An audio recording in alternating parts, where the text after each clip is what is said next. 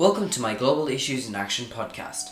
My name is Emmett Pine, and in this podcast I will be explaining the demographic situation that a country is in and what the country is doing in order to better these problems. The country that I will be talking about today is Ireland. You might know Ireland as the Emerald Isle or from the Brexit negotiations that are so very decisive in the political landscape of Europe today.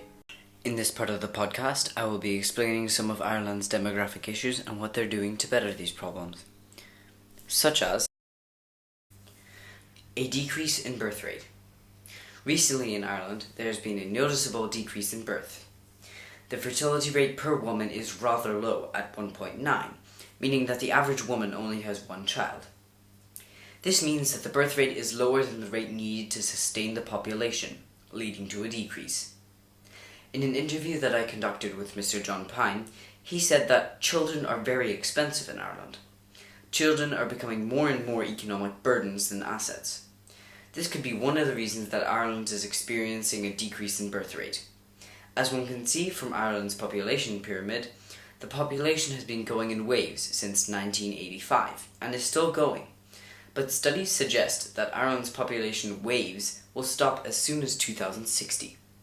But these studies don't take immigration or emigration into account.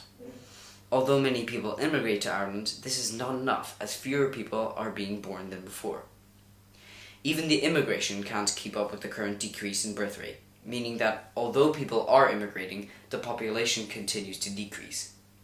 Emigration also plays a very big role here, leading me to the next demographic problem that Ireland faces: a so-called brain drain.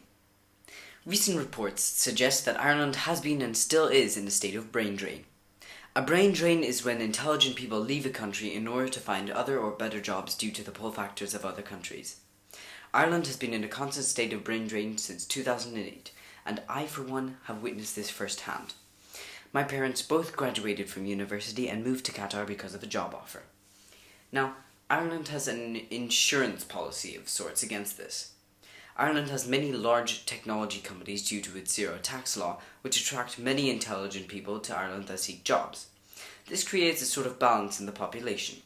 People go to find employment and people come for jobs. It's like a job cycle. Although this seems like it's balanced, recently, for the first time in 9 years, Ireland has started to attract more people than are leaving. This means, if this trend continues, that Ireland will slowly have an increase in multicultural population. In the interview that I conducted with Mr. John Pine, he said that when he was a kid, there were really only Irish people in Ireland, and that more people immigrating into Ireland could bring many positive effects to Ireland, such as different culture, traditions, and people. Thank you for listening to my Global Issues in Action podcast. In this podcast, I explained the demographic situation that Ireland is in and what Ireland is doing to better these situations.